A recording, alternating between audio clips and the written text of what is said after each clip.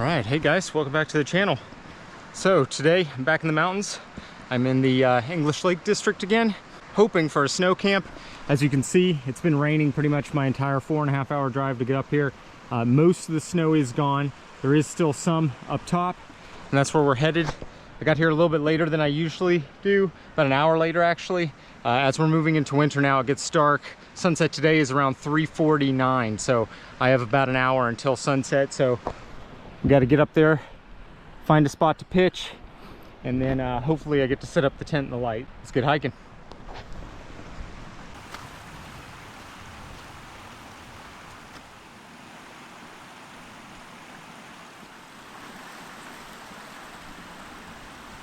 Not gonna make the same mistake I did last time, I promise. This one's a bit easier. There's more rocks to step on. I'm not putting my full weight down until I know it's not slippery. All right, now we just gotta head up there. I could put on my spikes, but there's just not enough snow and ice to take the time to do so. They're more uncomfortable than anything when you're walking on areas that are not ice and are rock, so I'm just going without for now.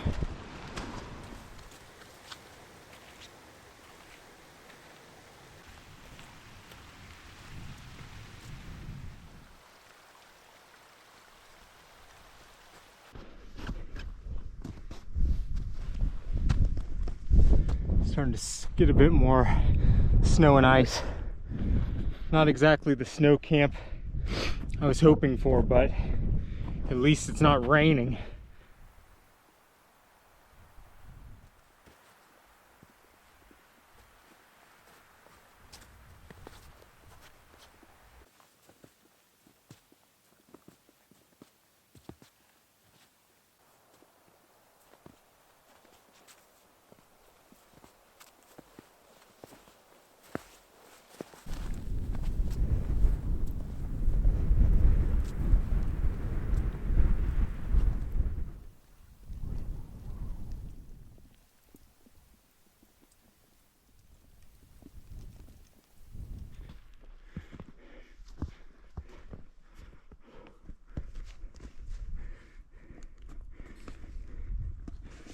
Pretty much lost visibility up here. It's all right, almost there.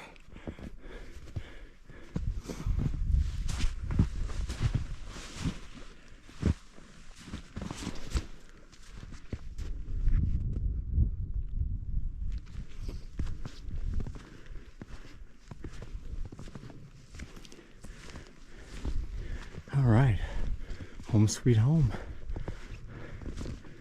Now I just gotta find a place to pitch.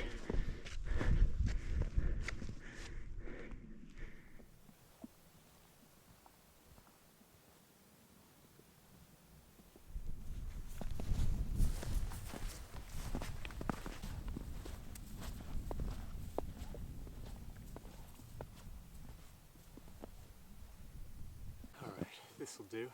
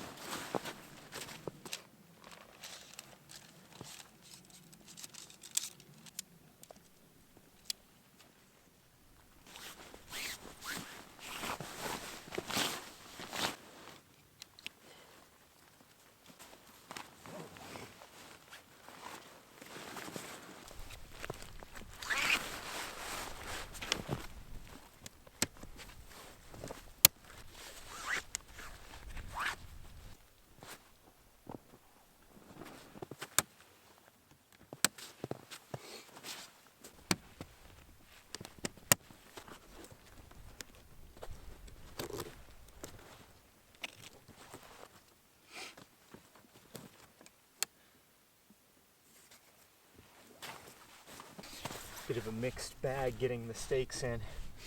Some of them, on this side at least, are able to go into the ground, but the other side, the ground's too frozen. So I had to do kind of snow anchors on that end. At least I was able to get them in over here.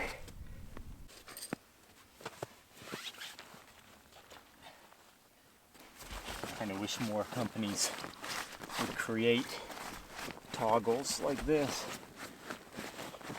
The elastic ones work, but this is just so easy.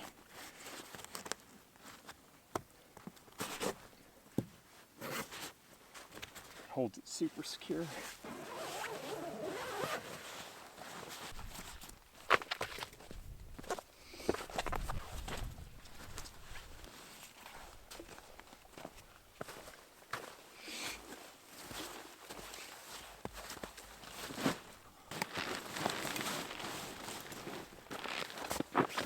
All right, all set up, just in time too. Sun went down approximately 8 minutes ago. Probably need to get water and everything before it gets too dark.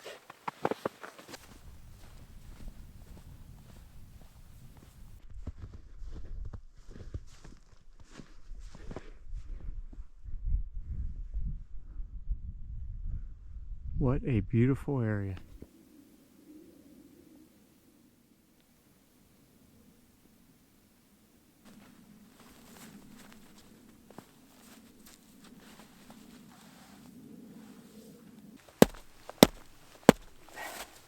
Well, looks like I'm gonna be melting snow. I go over here where it looks like it might be a little bit thinner. See if I can break through.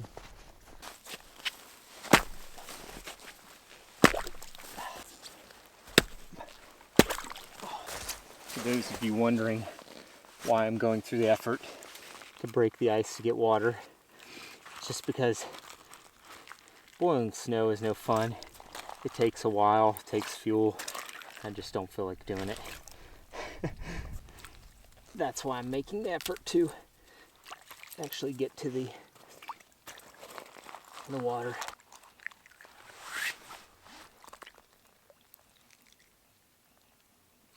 Uh-oh. I about dropped it. It started to sink on me. All right, here we go.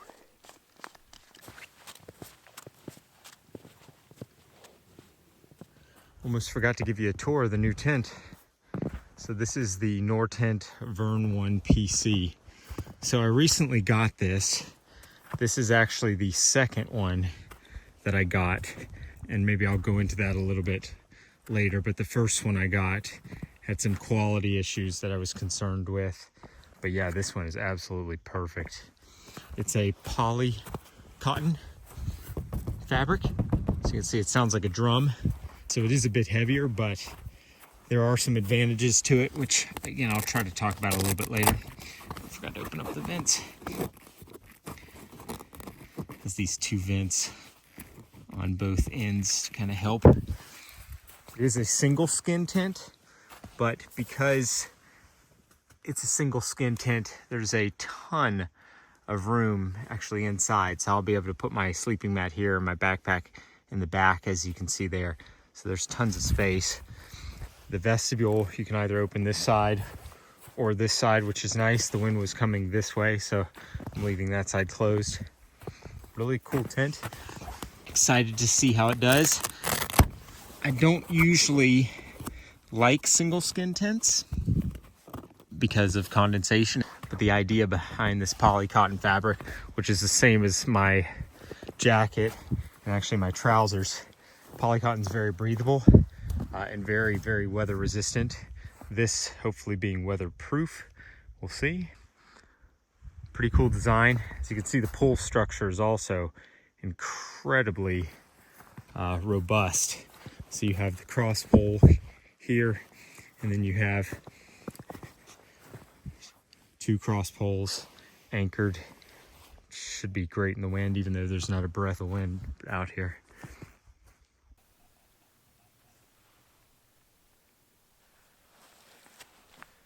All right. It's absolutely silent, aside from the occasional plane. One of my favorite things about winter camping. It's starting to rain a little bit. All right, time to get a bit more comfortable.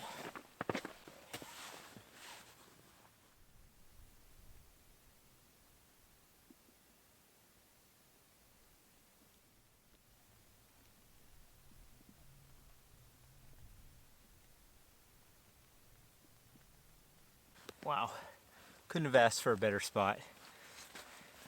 I think I said earlier, as I was driving up, it was raining the entire time. So 4.5 hours of heavy rain. I basically gave up all hope that I'd get to do a snow camp. But yeah, as we gradually came up the mountain, there's still plenty snow left, which is nice.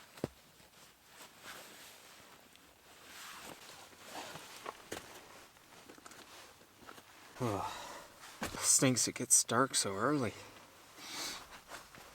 It's only 4 o'clock and I have to come inside the tent already. There's a tiny bit of light, but really not much at all. Oh, my head's quite soaked. Just getting a bit more comfortable. I'm actually plenty warm in my wool, but I do have a little sweat underneath this, one of my synthetic layers, so I'm just gonna go ahead and put the puffy on just to heat up even more, and that'll actually dry everything out underneath. I know it doesn't seem like it would make sense, but it works. It's the only problem with these winter camps. you're in your tent so early. That's why it's kind of nice to have the extra space. This isn't as big as the Namaj, but this tent is pretty good size actually. I would say it's equivalent to the Una in some regards. This is actually, I think, a little bit longer than the Una, and you have this big area in the middle, so I can actually have my pack here, so the entire vestibule's open, which will be nice, which will allow me to cook. So it's nice to have a little bit more space when you're stuck in your tent for over 12 hours in winter. It's such a beautiful spot and so quiet. All right, I guess I'm just gonna start cooking.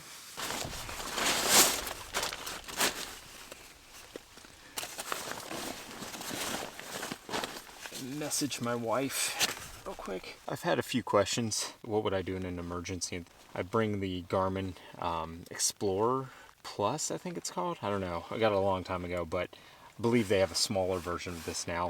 In any case, this is how I message my wife, and it has an SOS feature if I ever need it, provided I'm conscious and I can actually press the button.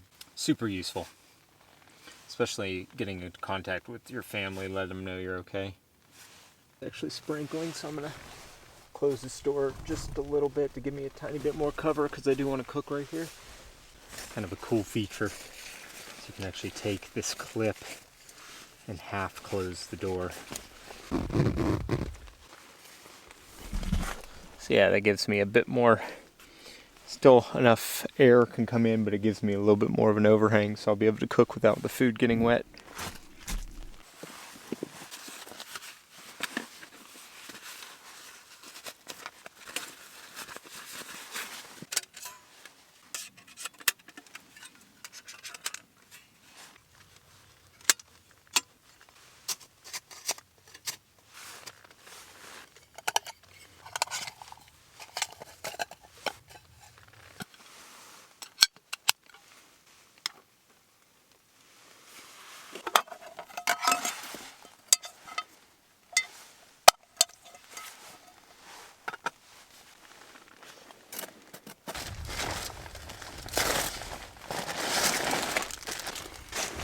Tonight for dinner, nothing too fancy. I'm just going to do steak with a mushroom cream sauce, some asparagus, and some potatoes with rosemary, garlic. Pretty simple meal, but it should be tasty. And I have a really nice fillet to cook up, so I'm pretty excited about that.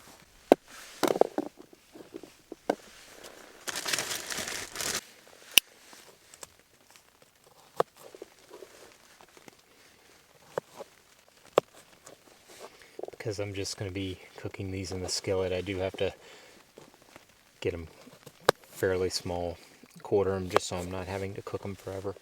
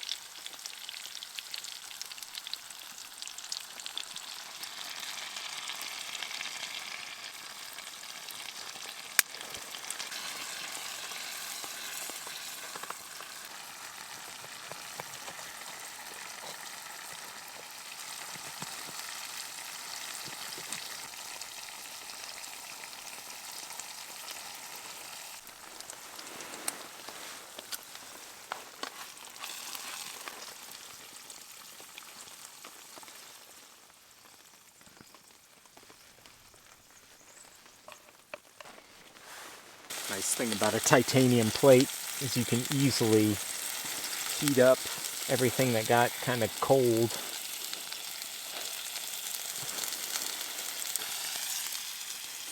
Alright, there we go. So filet steak topped with a mushroom cream sauce with a lot of pepper in there to give it some really good flavor, some asparagus, and some potatoes sauteed in garlic and rosemary.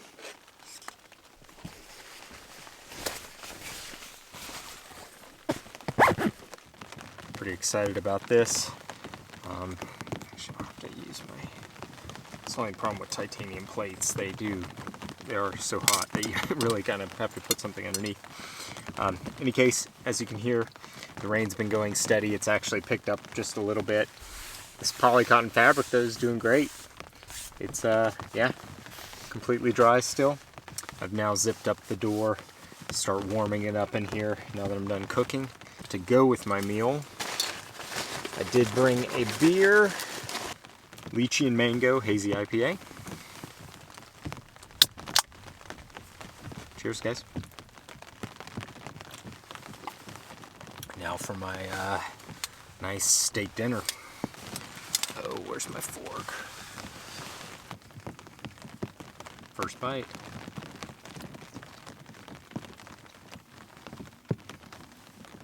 Oh my gosh.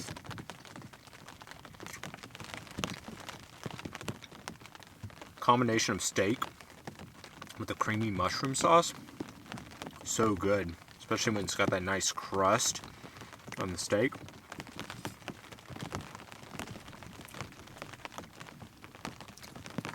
Or the potatoes.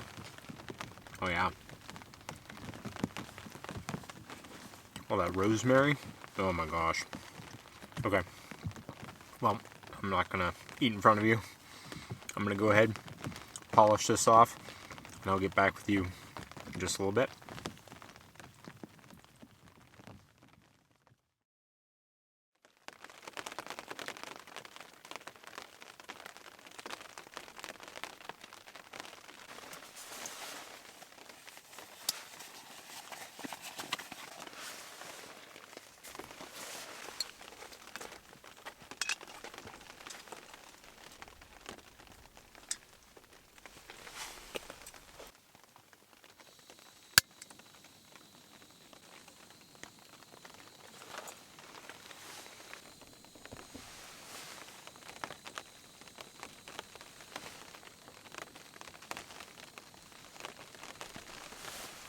Dinner's done. So good. There's something about just a steak dinner. I haven't had steak in a while too, so it was really, really nice. But I just lit up the lantern to kind of give a bit of a warm glow in here. I'm also curious to see how much it heats up the tent. Using my little thermometer I just measured a little while ago before I lit it, it was around 5 degrees Celsius, which is actually pretty good. So I've warmed the tent up quite a bit. I'm gonna go ahead and just hook it up top here. We're gonna get an idea of how much heat this thing actually generates. I am ventilating the tent, so there's a vent. I don't know if you can see it back in the back. There's a vent in the front, and I have the top of the vestibule zipped open a little bit. So that'll actually let out some heat. But I'm just curious just to see how much it can actually increase the temperature. So as you can hear, it's been raining this entire time. Pretty much as soon as I set up the tent, it started raining. It's off and on. It's pretty light. No condensation whatsoever. Like I said, this is a single wall tent, which is not normally my cup of tea, but it is made of polycotton, which I'm also a big fan of. My hat's made of polycotton. My jacket's made of polycotton. My trousers are made of polycotton. So it's just essentially a synthetic and cotton blend. But what's really great about it is it's super breathable and it's really, really weather resistant. This coat, for instance, I pretty much wear this in all my videos where there's rain. And even though it's actually wet on the outside, the inside is completely dry. And I'm able to put wax on it to increase its weather resistance. And I spray it with a coating as well that Fjallraven sells. But in any case, I was just super excited to try out a polycotton tent. I've seen them before. Usually though, they're made for like family camping tents. They're much bigger, much heavier. This is the first single man polycotton tent I've ever seen, so I was really excited. I think back in September I saw this on Nortent's website, and it said it was coming out in October, but at that time there was no videos of it until I saw Paul Mesner actually get one, and he seemed pretty impressed with it, so I figured, yeah, I should give it a shot. In any case, super happy with it so far. It's really big inside, which is nice for these winter camps because you get a lot more space. It's actually fairly warm as well, but the biggest thing I've noticed is it's like a drum. In the wind, it barely moves, which is super cool, unlike a sil nylon tent, which flaps around. The only downer is it is a bit heavy. I was able to kind of offset the extra weight of this tent by bringing my ultralight backpack, which is actually 4 pounds lighter than my other backpack that I normally use, so it easily covered the additional weight of this tent, which is kind of nice. So I've had this lantern running for a while. Let's see here. It's around maybe 14 degrees Celsius. So it started at 5 degrees Celsius, so it's a pretty decent increase, almost 10 degrees. Lantern works pretty well, and that's actually on the opposite side of the tent. I'm sure, you know, right here, I can feel it. It's quite a bit warmer. Nice little heater for the tent, and it gives some nice ambiance. Pretty happy with this spot. It's a winter wonderland up here, which is pretty awesome. So super excited about this, especially this early in the season, to actually get some snow and some rain. All right, I'm just gonna relax for a little bit. Yeah, I'll get back with you guys when I get ready to go to bed. So cozy. Love the sound of rain on a tent.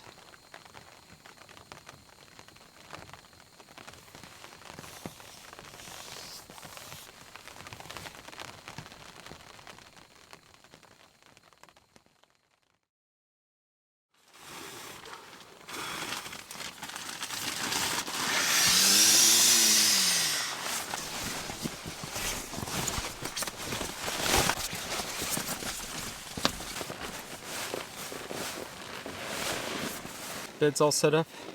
It's still pretty early, but I think I'm going to turn this off. Go ahead and just lay in bed and maybe try to go to sleep. This will actually be the last time I'm using this setup for winter. I've had this setup for around 6 or 7 years now. So this is only a 15-degree bag. So it's been fine for me. I've been able to make it work. Anytime I take it below freezing, I'll typically just put a hot water bottle in the base of the sleeping bag, or I'll use hot hands, which is what I'm going to do tonight, and that'll definitely keep me comfortable throughout the entire night. And if I camp on snow or I go too far below freezing, I'll pair it with a foam pad like this, which just gives me a little extra insulation below, because this Nemo tensor is actually the old one.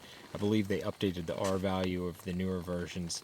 This has only an R value of, I think, around a 3.5 or so. So I'll be actually getting a new setup, completely new setup, as a gift from my wonderful wife and my mom and my mother-in-law. So I'll be getting a new sleeping bag, which is a beastly negative 30-degree bag, and a new sleeping pad, which has a much higher R value of around 8.5. So it'll be a much warmer setup, which I'm pretty excited about. Probably the last one I'll need for a really long time. And then I'll pretty much just use this setup minus the foam pad for 3-season use. It's still sprinkling. Still no condensation inside, which I'm pretty happy with. We'll see how it goes in the morning. Just gonna listen to the rain on the tent and go to bed. I'll catch you in the morning. Good night.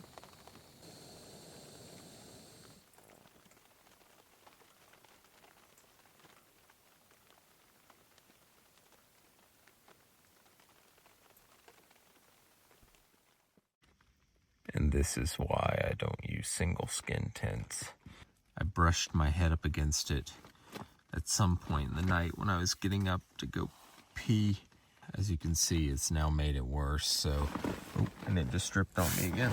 So it seems to be doing okay everywhere else, except where I actually touched the fabric. The point where I touched the fabric versus the points where I had not touched the fabric. are collecting water and coming through. But yeah, like I said, everywhere else is fine, except for the spot which is directly above my head. I have a good mind to actually draw a line down just to kind of give it a point to flow all the way down to the end of the tent. Definitely not ideal. It does have to be weathered. I didn't have time to do that yet, but even still, I think for the person buying one of these for the first time, you could end up in a really nasty situation if you don't properly weather the tent. And even when it's properly weathered, I'm not convinced that it won't still do this. Not ideal. And what I mean by that weathering is once it gets wet and dries and wet and dries through use, the fibers will actually tighten, making it even more waterproof. It's clearly not to that point yet. You can see it's become a soggy mess. Everywhere else where I have not touched the tent, it's fine. It's just you can't touch it, because what it's now done is it's essentially given it water a passageway from the outside of the tent. Not the way I wanted to wake up. It's 5:30. I wasn't planning on waking up this early, but given this situation, I think I might just stay up, make coffee. Sunrise isn't until, I want to say 8:15, so I have a while. So I'm just gonna hang out and lay in bed. Hopefully maybe get a little bit more sleep and not get dripped on. But I'm assuming I'm gonna have a puddle at the end of the tent when I do and eventually get up. It stinks. It's still sprinkling a little bit. I don't know if you can hear it. Rain and cold temperatures.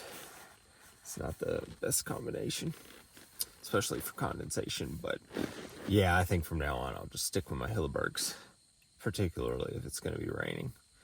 Because even though you may get condensation on the outer, I've never gotten condensation on the inner tent. And that's just why I like double wall tents.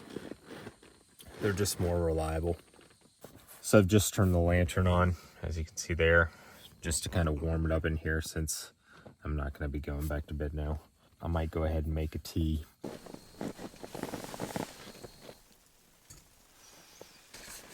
try to not use things that I would not recommend in my videos. This stove is from my ultralight days. This is the BRS stove, super cheap. You can find it online pretty much anywhere. I don't recommend it just because it's an incredibly dangerous stove. I've had this stove flare up on me more than any stove I've ever owned. But it is ridiculously light, and I brought it because I was going to use the gas lantern. I figured I would just use it for my coffee in the morning as well. You do have to be very careful with it though, especially when you start it, so you don't get a big flare up.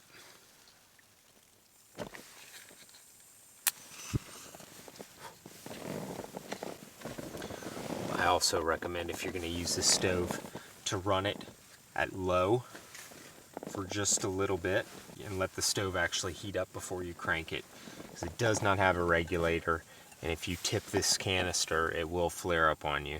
So like I said, you got to be super careful with it.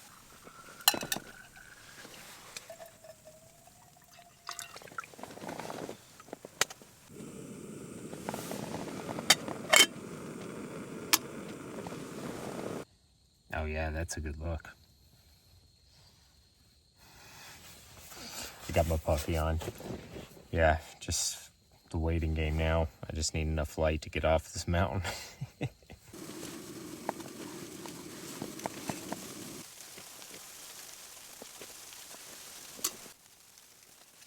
So that actually sounds like it might be snow and not rain, which would be nice.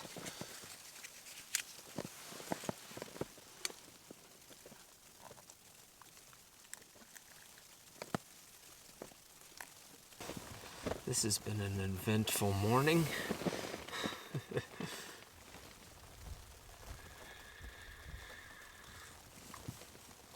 can't tell if it's rain or snow or ice or what.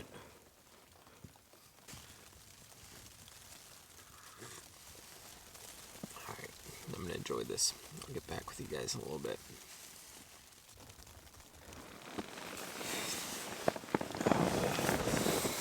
Good morning again. It is 7 o'clock. So yeah, I went back to sleep for about a half an hour. Oh, after I had my tea, it started raining again. It was just so peaceful. Oh, so I dozed back off. My solution worked. By rubbing this, basically created a channel all the way down to this point where everything will run down and then leak from here, which again is still not ideal because you don't want water ever leaking in your tent, but at least it's not leaking onto me. So yeah, I was able to get some sleep again. Yeah, I don't know if I could recommend this tent to just anyone. I mean, you definitely, you know, if you buy a polycotton tent, you kind of know this going into it, that it's not 100% waterproof right off the bat. It's just I haven't used one this small before. Usually like the larger TP poly cotton tents, you have a hot stove in it as well, so you don't really ever have to deal with this or, you know, even touching the fabric. Because everywhere else where I haven't touched it is completely fine. It's just, there is condensation, obviously, because of the conditions, but it's just these points where I've touched the tent where the water is, oop, you just saw it drop on me, the water is able to come through. I think for the rest of the winter, unless it's really windy and dry, I will probably be using my other tents. Yeah. It's time to finish packing up and get out of this drippy tent into the rain.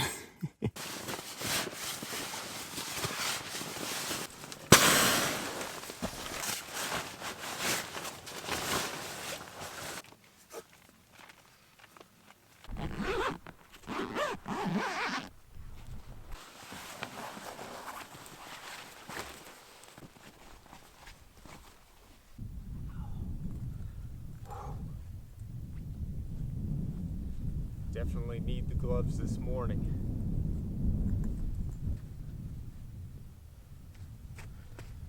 Whew, you can tell it rained all night.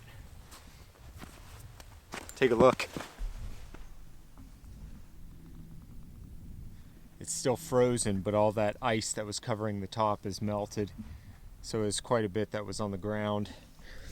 And then we got a little bit of slush for an hour or so this morning after I woke up. But it is bitter cold out now.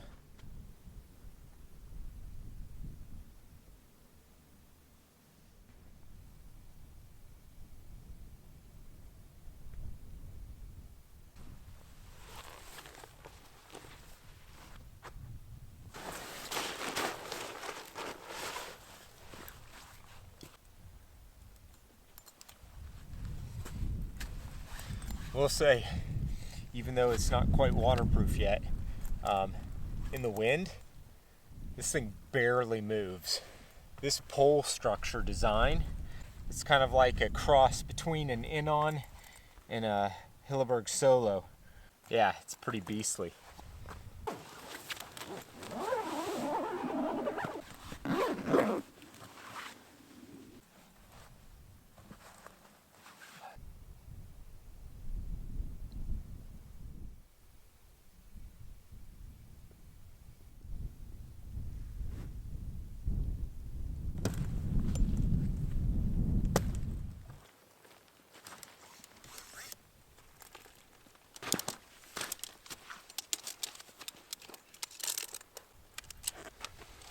Another thing. This tent's really nice. It's just there's a bunch of little things. Like this, for instance. The elastic inside the tent poles is a bit looser than I would normally like. And the end bits pop out. Seems like almost every time I take the poles out. Yeah. It's the little things. It's the little things.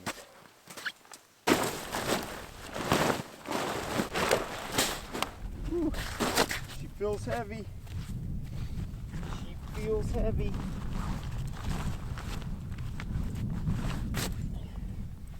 All that water in the fabric.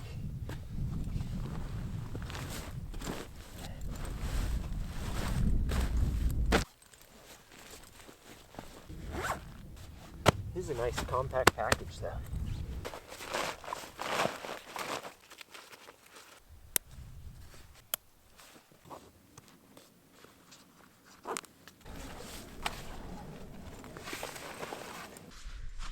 Leave no trace as always. Not even a footprint really. One final look.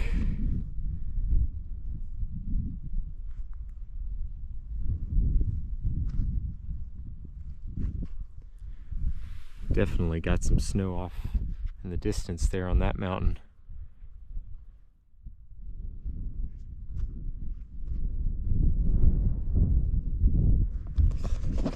What a fantastic secluded spot. Pretty protected from the wind, I'm guessing. It's supposed to be 25 to 35 mile per hour winds, but I think I'm kind of in this little dip here. So I've got protection on that side, this side. You have a bit of an opening there, but protection here as well. So this is a really nice sheltered area. I'll have to remember this. Beautiful morning.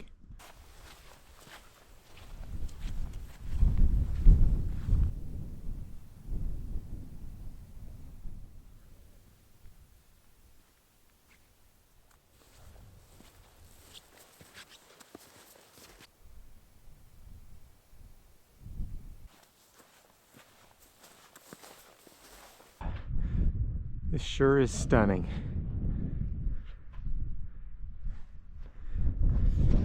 It's got me really excited for winter camps. Oh boy, I love it. Maybe in a tent that's not leaking though.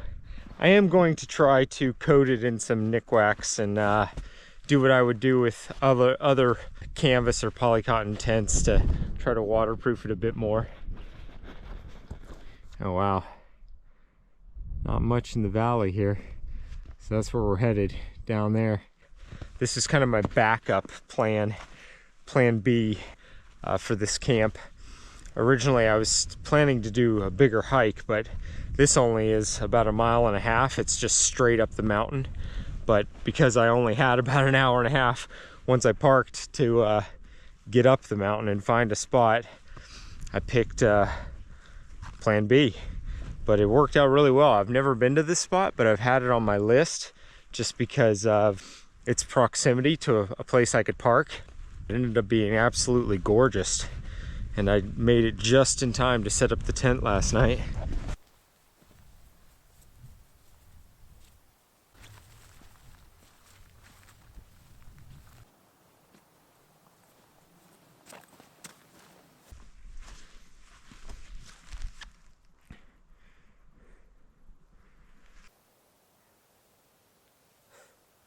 Look at that view. Wow. The Lake District never disappoints.